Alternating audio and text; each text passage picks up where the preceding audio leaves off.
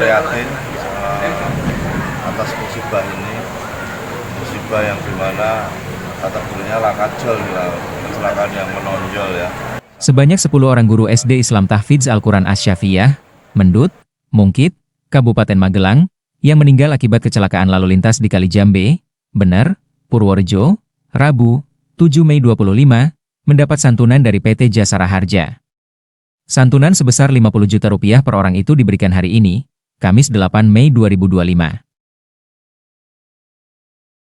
Kepala Kanwil PT Jasara Harja Jateng, Triadi, menyerahkan santunan kepada keluarga korban di Aula SD Islam Tahfidz Al-Quran Asy-Syafiyah Mendut, hari ini, Kamis, 8 Mei 2025.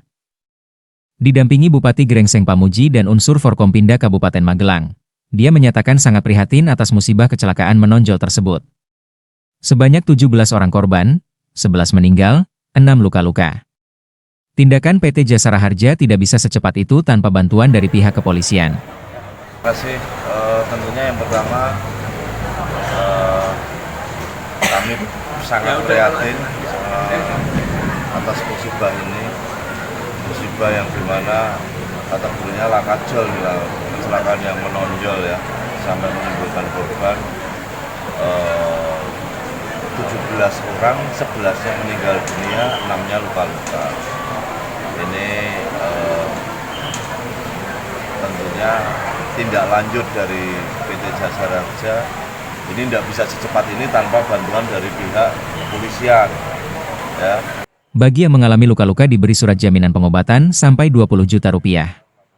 Sedangkan bagi 11 orang yang meninggal, 10 guru dan 1 warga, diberikan santunan Rp550 juta. Rp550 juta sudah kami serahkan kepada ahli waris, jelasnya, sementara bagi yang masih opname akan ditunggu sampai sembuh. Korban yang dirawat di rumah sakit sudah diberikan jaminan. Sampai Rp20 juta biaya perawatannya ditanggung oleh Jasara Harja. Ini penting supaya pihak yang mengalami musibah tidak mengeluarkan biaya lagi, katanya. Masyarakat yang menjadi korban tidak perlu harus nombokin dulu ke rumah sakit, tetapi cukup diberikan surat jaminan dari Jasara Harja sampai dengan 20 juta itu ditanggung oleh Jasara Harja. Untuk santunan meninggal dunia sesuai keputusan Menteri Keuangan itu 50 juta masing-masing. Total yang disantunan?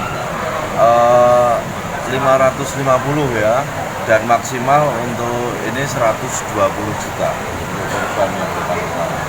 Jadi semua yang dicairkan 550, sementara ini 550 yang sampai dengan hari ini semua sudah kita serah terimakan kepada ahli waris korban. Kecuali yang masih 6. Ya, yang opnam kita tunggu sampai pasiennya sembuh. Ya, nanti sampai dengan 20 juta ini masih dalam lingkup jaminannya Jasara Harja. Kasat Lantas Polresta Magelang, Kompol Nyayu Fitria, di tempat yang sama mengimbau kepada pengemudi muatan berat agar memperhatikan kondisi mobil dan struktur jalan.